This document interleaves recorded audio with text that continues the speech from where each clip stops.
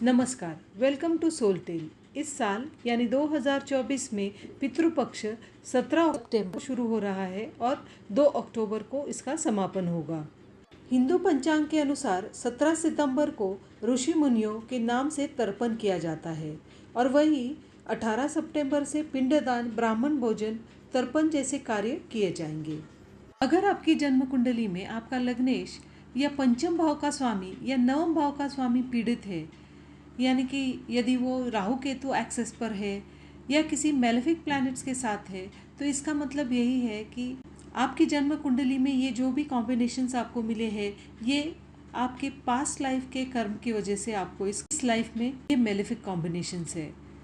ये हो सकता है कि आपके पितरों की असंतुष्टता के कारण आपको ये मेलेफिक कॉम्बिनेशंस मिले हैं, या फिर आपके जो भी पास्ट लाइफ कर्म है उसकी वजह से आपको ये प्रेजेंट लाइफ में ये कॉम्बिनेशंस मिले हैं, जिसकी वजह से आप परेशानी का सामना झेलना पड़ रहा होगा, आर्थिक तंगी का सामना करना पड़ रहा होगा, या फिर रोग, ऋण या शत्रु, इससे आप जूझ रहे होंगे।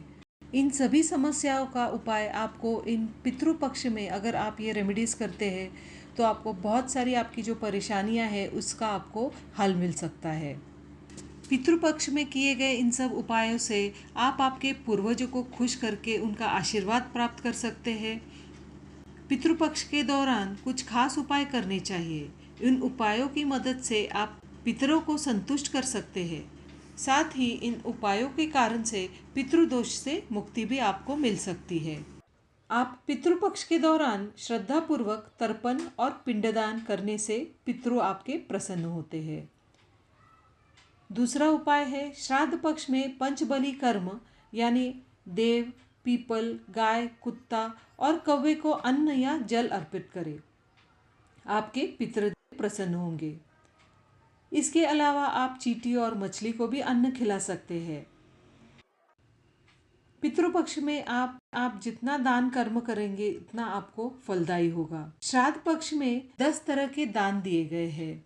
इसमें जूते, चप्पल, वस्त्र, छाता, काले तिल, घी, गुड़, धान्य, नमक, इन सभी का दान आप कर सकते हैं। आप चाहे तो केवल आटा, नमक, गुड़, घी और शक्कर का भी दान कर सकते हैं। पितृपक्ष के दौरान आपको ब्राह्मण को भोजन खिलाना चाहिए और ब्राह्मण को आप दक्षिणा भी दे सकते हैं। पितृपक्ष के दौरान प्रतिदिन अपने पितरों के नाम का एक दिया जरूर जलाना चाहिए और ये दिया दक्षिण की ओर आपको जलाना है। अगर आपके घर के पास कोई पीपल का पेड़ है तो इस पीपल के पेड़ के यहाँ भी आप एक दीपक जला सकते हैं। इसके अलावा श्राद्ध पक्ष में 16 दिन तक गीता का पाठ करना शुभ माना गया है। आप चाहे तो संपूर्ण गीता का पाठ भी कर सकते हैं। इससे पितरों का आशीर्वाद ही आपको प्राप्त होगा। और पितरों को मुक्ति प्रदान का मार्ग दिखाने के लिए गीता के 2 और 7वें अध्याय का भी आप पाठ कर सकते हैं। इसके अलावा आप रोज 16 दिन विष्णु सहस्त्र नाम का आप पाठ करें।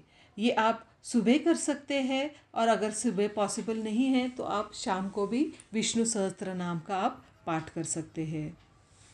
इसके अलावा अगर आपको आपकी जन्म कुंडली में आपके राहु और केतु कौन से नक्षत्र में है, अगर आपको ये पता है तो उस नक्षत्र के पेड़ को आप लगाइए। इस पितृपक्ष के दौरान आपको ये पेड़ लगाना है और रोज़ इसे पानी देकर इस पेड़ की आपको पूजा करनी है। आने वाले 1 वर्ष में आपको आपकी लाइफ में काफ़ी पॉजिटिव रिजल्ट्स आपको मिलने शुरू हो जाएंगे। धन्यवाद।